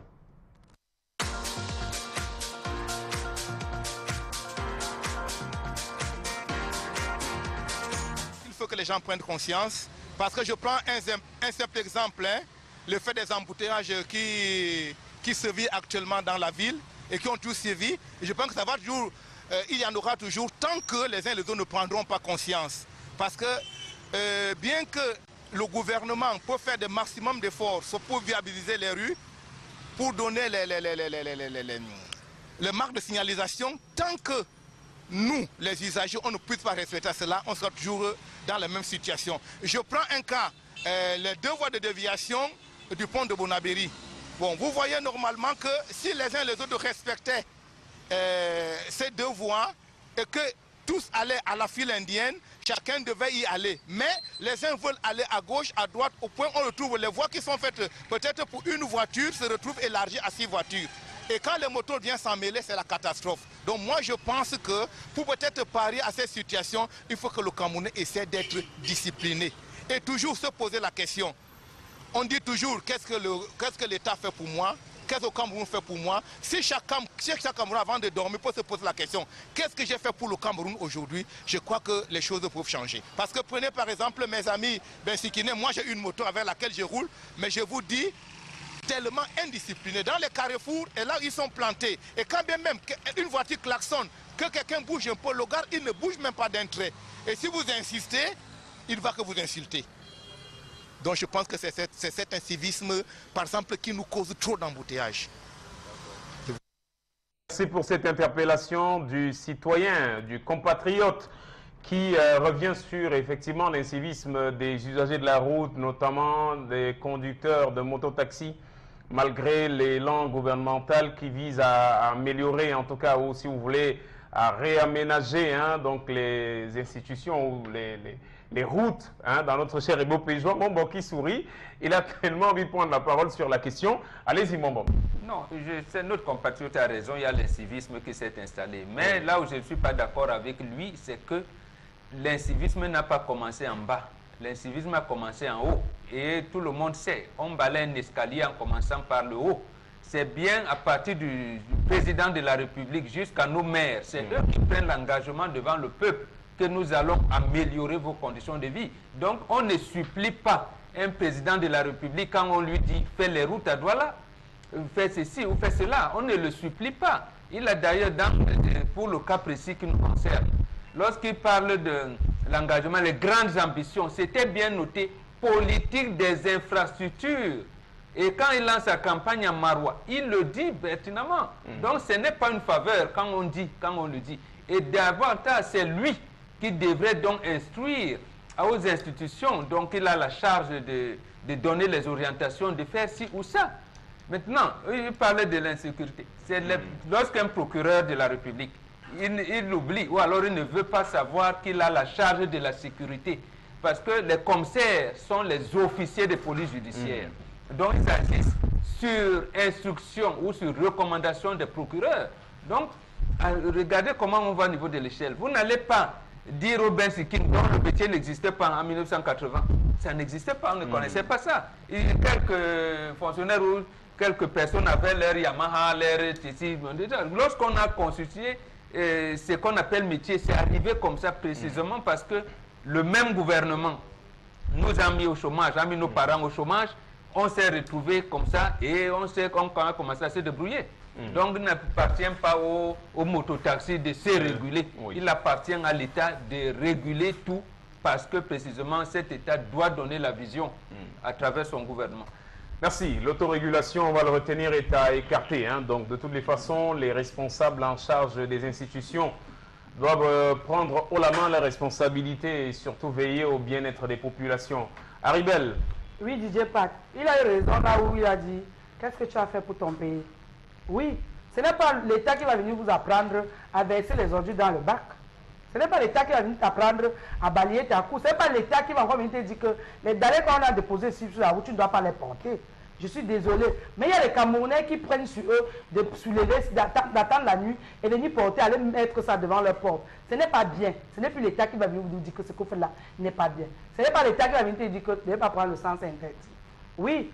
Donc, sur le point là, non. Et quand les bacs à ordures sont pleins, c'est les citoyens qui doivent le vider. Alors. Tu dois verser. Mais il y a ceux qui viennent, c'est même vider, ils versent au sol. Que ce n'est pas moi, je ne vais pas aller me salir. Là maintenant, c'est plein. Ouais, c'est plein, on a payé la société. La société vient du danger. Mais fais l'effort de verser avant que ça te verse au sol. Mais il dit, il y a ceux qui prennent sur de verser au sol. Le bac est même vide, il verse au sol. Ce n'est pas l'État qui va venir t'apprendre à faire ça. Oui, je suis désolé. Il y a la police. La police municipale doit veiller. Parce que c'est pourquoi il y a des prisons. On doit y aller à la chicote, c'est les prisons. La police municipale doit veiller. Vous ne pouvez pas avoir un marché central de Douala ici, par exemple, où les commerçants ont divisé la route en deux. Personne ne passe. Et il y a une police municipale. Pourquoi on les laisse? On laisse les commerçants envahir les rues. Marché, nous, des deux, c'est la même chose. Megui, votre commentaire de l'interpellation? Oui, je suis tout à fait d'accord que qu'on requiert un certain civisme de la part des populations. Mais il faut le dire, pourquoi est-ce qu'on recrute des policiers? Ils sont là justement pour maintenir l'ordre public. On ne va pas avoir des policiers dans un marché comme le disait Mbombok. Et devant eux, il y a des commerçants qui installent de la marchandise sur la chaussée. Ils passent, ils laissent faire. C'est à eux de dire à ces commerçants de se tenir à l'endroit qu'il faut. Vous comprenez un peu? Mais si aujourd'hui, ils laissent ça pour pouvoir aller s'occuper de ce qui va leur apporter plus d'argent, moi je dis, il ne faudrait pas qu'on fasse dans la langue de bois à un moment donné. Les autorités, on dit qu'on interpelle beaucoup l'État. Oui, on interpelle l'État parce que c'est l'État qui a les moyens coercitifs pour pouvoir mettre les gens sur les rails. Si aujourd'hui cet État, vous voyez des gens qui sont là, qui conduisent n'importe comment, qu'est-ce qu'on doit faire nous les citoyens quand vous avez des policiers à des carrefours qui sont là seulement pour attendre les voitures personnelles, pour demander des papiers et leur coller des motifs qui ne tiennent pas la route, alors que juste à côté d'eux, ils ont d'autres usagers de la route qui roulent à contresens. Pourquoi ils le font? Pourquoi ils ne commencent pas déjà par là pour limiter les embouteillages? Interdit par exemple aux motos de rouler à contresens, en sachant que ça cause des accidents. Moi j'ai vu des gens qui ont été cognés par des motos parce que justement tu veux traverser, tu sais que où tu es en train de vouloir traverser, les voitures viennent de ce côté. Donc tu regardes juste ce côté, tu ne sais pas que non, de l'autre côté il y a des motos qui sont en train d'arriver et tu te fais percuter comme ça. Et ils sont là, ils regardent. Donc l'État doit une fois de plus prendre ses responsabilités. Si tout va mal, c'est l'État qu'on va indexer parce qu'ils ont des moyens, nécessaires. Tout le temps, il y a des gardiens de la paix qui sortent de l'école. Ils sont là pourquoi? Ils doivent pouvoir assurer le bien-être des populations, la sécurité des populations, pas juste les anarchistes. C'est vrai qu'il y en a qui font bien leur travail, mais dans la majorité, c'est pas tout à fait ça. C'est pas tout à fait ça. Merci Megui. On va justement nous atteler également à apporter la critique nécessaire ou les observations nécessaires pour éventuellement passer à la restauration de l'autorité de l'État qui semble disparaître également de ses fonctions régaliennes qui sont notamment celles d'assurer le bien-être des populations et surtout l'entretien de toutes les institutions qui sont les siennes. Nous allons accueillir notre invité African Shopping Complex International qui nous fait l'honneur d'être là pour parler également ce matin des différents massages et autres faits pour le bien-être corporel et tous les éléments qui vont avec. Voici la transition. African Shopping Complex, la beauté africaine.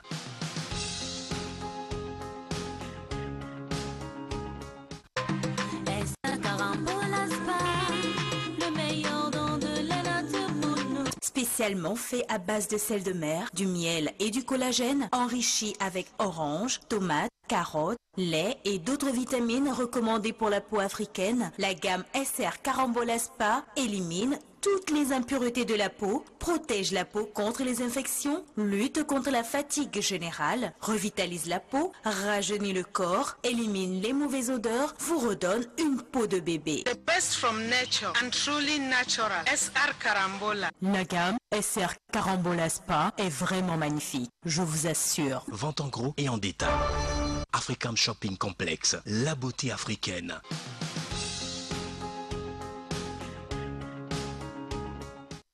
Et pour en parler ce matin, nous recevons Estelle et Simone Coco qui nous font l'honneur d'être là. Bonjour et bienvenue sur le plateau du 10-12.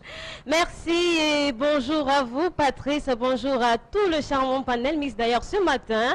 Bonjour à tous les fidèles téléspectateurs du Zénith et bien sûr consommateurs d'African Shopping Complex International, la maison du bien-être. Spécialisée dans pas mal de produits, à savoir ceux relevant de l'esthétique générale pour avoir une magnifique peau, dégraissage bien sûr à travers la perte de poids, Harmonie du couple pour apporter la réjouissance, pour redonner de la jouissance au niveau des couples. Massage pour se détendre, se relaxer. Et on n'oublie pas également des produits d'ajout tels que de belles tenues africaines, voilà, pour être superbement africaines, des bijoux, des mèches indiennes, péruviennes, brésiliennes. Et pour sortir, pour finir, voilà, des batteries blindées sans entretien à devis et tout un arsenal d'autres produits que vous prendrez plaisir à découvrir dans nos différents shoppings. Alors sur ce plateau aujourd'hui, on va commencer par vous proposer nos produits de massage. Des produits de massage qui ont cette particularité d'avoir de l'infrarouge. Alors c'est quoi l'infrarouge déjà? L'infrarouge, c'est justement cette particule-là qui favorise la circulation sanguine. En plus de cela, lorsque vous utilisez un appareil contenant de l'infrarouge, vous aurez l'impression d'une certaine manière d'avoir fait du sport parce que votre rythme cardiaque augmente sans que vous ne vous en rendiez compte. Il permet également de purifier vos tissus en les libérant des toxines. On commence donc ce matin par notre fauteuil masseur que vous apercevez justement.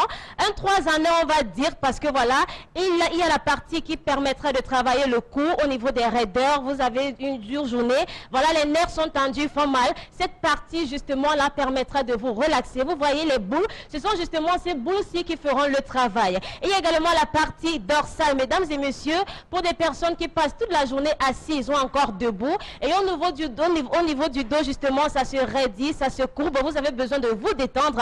La partie dorsale fera justement le travail. C'est magnifique et je vous assure, une fois que vous êtes assis dessus, c'est encore plus magnifique.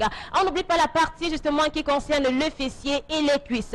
Il permettra également de vous détendre et favorisera une meilleure circulation à ce niveau-là. On ne sait pas si on peut avoir un modèle qui pourra s'asseoir peut-être avant la fin de l'émission. On passe donc sur ce plateau à notre Magic Masseur. Comme son nom l'indique, c'est un masseur magique. Là, on est encore sur le fauteuil, voilà, on vous le présente carrément.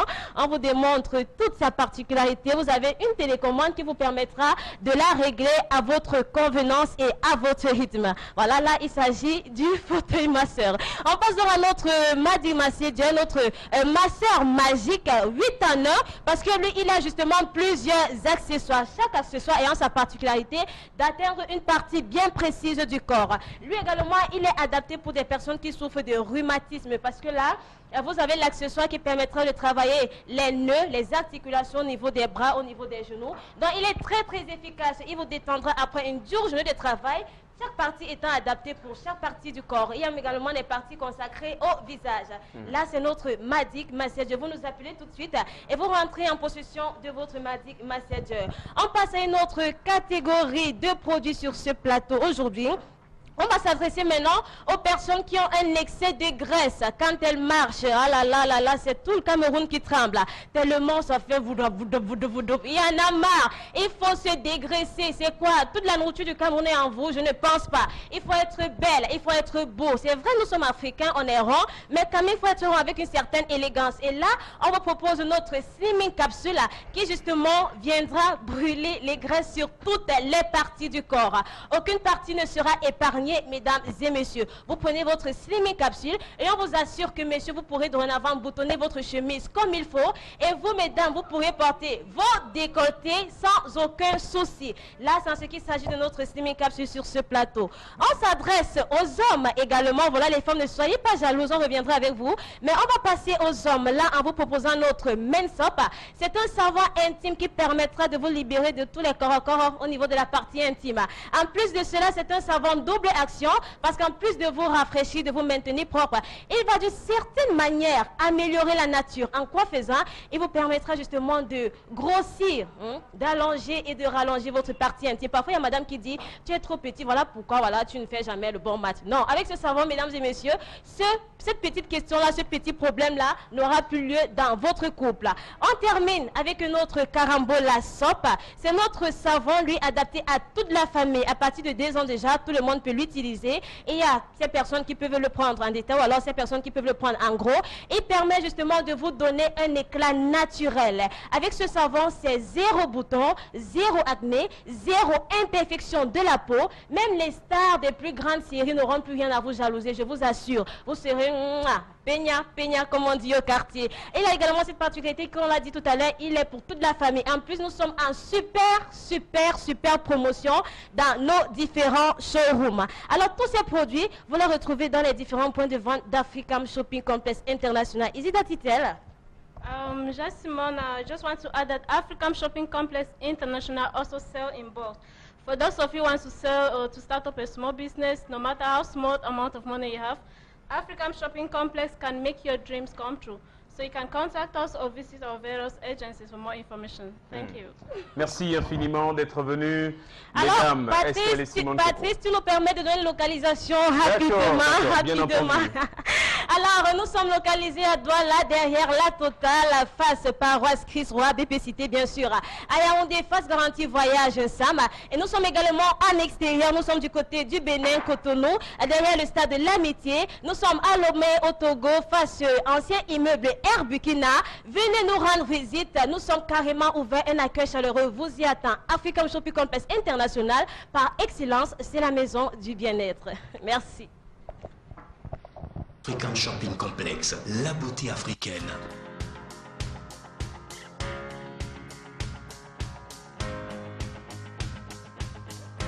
Notez amincissant, sont des boissons naturelles de feuilles, de plantes et herbes aux effets amincissants. Détoxifie, anti-ballonnement, facilite la digestion, purifie les systèmes digestifs, brûle les graisses et embellisse la peau. Notez amincissant apporte le bonheur et le bien-être dans nos foyers. Fait perdre ton poids dans un temps record sans effet secondaire et sans risque de reprise.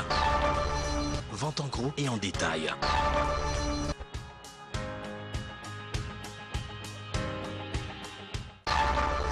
African Shopping Complex, la beauté africaine.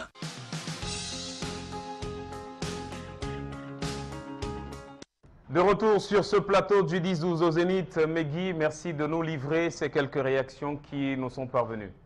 Voilà, donc on a ce message. Il faudrait que le ministre du Commerce se penche un peu sur tout le matériel de construction qui entre au Cameroun. Vous construisez une maison après 6 mois d'utilisation. Tous les robinets sont rouillés, alors que chez le ministre Papa Agnew Belé-Siphon, et les robinets datent de 1965 et sont toujours d'actualité. Voilà, en réalité, c'est la brigade spéciale de l'Agence nationale des normes, la NOR, qui devrait s'en occuper véritablement. Même les flashs, les photos. Autre message, oui, donc, quelqu'un qui demande, quand il porte plainte contre X, c'est-à-dire que le procès sera une équation à une inconnue. Non, ça veut dire qu'on ne connaît pas. On ne connaît pas l'assassin. Voilà. On s'est rendu compte que le procureur général près de la cour d'appel ne veut pas aller jusqu'au bout pour donner qui est l'assassin. Donc il pense donc que procéder de cette manière, on pourrait découvrir qui l'a assassiné. Voilà, que les Camerounais arrêtent de se tromper dans tous les domaines, c'est une question de mentalité. D'où il faut que nous, Camerounais, on change nos mentalités. C'est très important. Voilà. On balaie un escalier en commençant par le haut. C'est le chef de l'État qui devrait le faire. C'est lui qui a laissé qu'on construise, par exemple, les ventes emportées à côté des établissements scolaires, alors qu'il existe une loi 77 qui interdit cela. Qu'est-ce que vous allez faire? Une voix, des voix, la voix unanime du peuple camerounais demeure la seule voix du changement, car le pays va mal depuis belle lurette. Il faut le changement général et cela est possible. A-t-on souvent dit, qui veut peut. C'est Belmondo Kati depuis Ngwata. D'accord. C'est où Ngwata? Certainement, non, aucune idée. Il y a un village Ngwata à côté de Macaque, si c'est là-bas, d'accord. C'est qui le ministre du Tourisme? Ngwata, c'est où, ministre? Vous avez donné, bon, vous avez donné la localisation, Ngwata. Oui. Voilà, ce pays va très mal. On n'a pas de salle de classe. L'enseignant nous propose de nous acheter des machettes pour aller au champ. Je suis seulement dépassée. Rappelez-vous, qu'est-ce que Emma Basile avait offert? C'était la machette. Donc je crois que les gens vivent encore dans la bulle de 1980-1985 par là. On ne se rend pas compte que les choses changent. Je pense que le remaniement qui est tant attendu devrait mettre véritablement à la tête des personnes qui sont compétentes, les mieux outillées. On le disait encore il n'y a pas longtemps que vous vous rendez compte que dans la majeure partie des administrations, une réunion qui est censée faire 5 minutes se retrouve à faire 12 heures de temps parce qu'ils ne comprennent rien. Vous avez 5 pauses café où les gens vont se reposer, prendre le café, dire qu'on va encore parler de quoi, faites-moi un rapport. Les gens ne maîtrisent pas, les administrateurs qu'on nomme, ils ne maîtrisent rien à la question. Vous nommez un administrateur qui va aller, quelqu'un qui est sorti de l'ENAM pour aller parler des hydrocarbures, il connaît quoi pour parler du gaz, il maîtrise quoi à la question. Il faudrait qu'on ait des individus ou des personnes outillées en la matière qui sauront comment tenir les réunions, comment gérer le personnel, comment apporter la rentabilité nécessaire. Je pense que c'est ceux vers lesquels nous sommes en train de tendre. Absolument, mais il faudrait ajouter que ces réunions interministérielles sont souvent faites avec les biscuits turcs. Avec les biscuits turcs? Oui, ce sont les biscuits turcs. D'accord, Megui, y a-t-il d'autres messages ou... Oui, donc ce message qui nous dit également le changement de ce pays dépend de l'introspection de chacun d'entre nous. À suite de cet avis-là. Nous avons tous une responsabilité. Hein. C'est vrai, en même temps que... Peut-être pas au même niveau, on est d'accord là-dessus. Qui recrée et qui donne l'attention aux gens, vraiment, excusez-moi. Vous pensez que celui qui est malade, qui arrive à l'hôpital et qu'on lui dise qu'on ne peut pas le prendre en charge parce qu'il n'a pas déposé la caution, parce qu'il n'a pas déposé les frais, vous pensez qu'il peut avoir la même moralité une fois qu'il sort? Est-ce que vous pensez que vous arrivez quelque part parce qu'on doit, vous avez postulé un concours, vous avez tout le profil nécessaire pour être recruté, vous arrivez, on vous dit que la liste R des piécés ou la liste, je ne sais pas moi de quel honorable, pardonnez-moi, est passée bien avant, vous pensez que vous aurez la même considération? Vous êtes sur un axe routier parce que X ou Y a laissé passer sans avoir les documents, il passe devant vous. Je pense quand même qu'il faut... Il y a peut-être à vous entendre la nécessité des états généraux de presque tout. Il faut les états généraux de tout dans tous les cas. Peut-être. Megui, et Junior de Douala qui nous fait savoir que l'huissier commis par l'Église n'a pas eu accès à l'hôpital général, il aurait été refoulé, selon Junior. Selon Junior. Ouais. Voilà une réalité. De toutes les façons, elle est triste. Hein. Merci à tous pour vos réactions. Merci également aux différents internautes qui n'ont pas hésité de laisser quelques messages sur Facebook intitulé 10-12 le Zénith sur Equinox Télévision. Merci également à ceux qui sont passés par le numéro de téléphone affiché au bas de votre petit écran et nous ont laissé quelques petits messages qui vont certainement nous inciter également donc à réfléchir sur un certain nombre de volets qui nous ont certainement échappé pour ce jour. Avant que de mettre la clé sous le paillasson, nous allons peut-être observer la petite critique de ce matin qui consiste à appeler les uns et les autres à prendre conscience de ce que le devoir citoyen est une affaire de tous. La protection de l'environnement est une affaire de tous. Donc n'attendons pas que, j'aime bien le dire, que Paul Biya soit parti de Yaoundé pour nous apprendre à balayer devant notre maison. N'attendons pas non plus que le ministre en charge de la santé publique, André Mamafouda, vienne nous apprendre à avoir des propharmacies à la maison. N'attendons pas non plus que quelqu'un d'autre vienne nous dire qu'il faut, par exemple, passer le bonjour à son voisin, comme on nous l'a appris à l'école, ça nous le savons. Donc allez, merci à bon entendeur, salut, c'est la fin pour cette édition du mardi. Merci de nous avoir accordé votre bien aimable attention. Nos programmes se poursuivent avec beaucoup de sensations encore sur Equinox Télévision.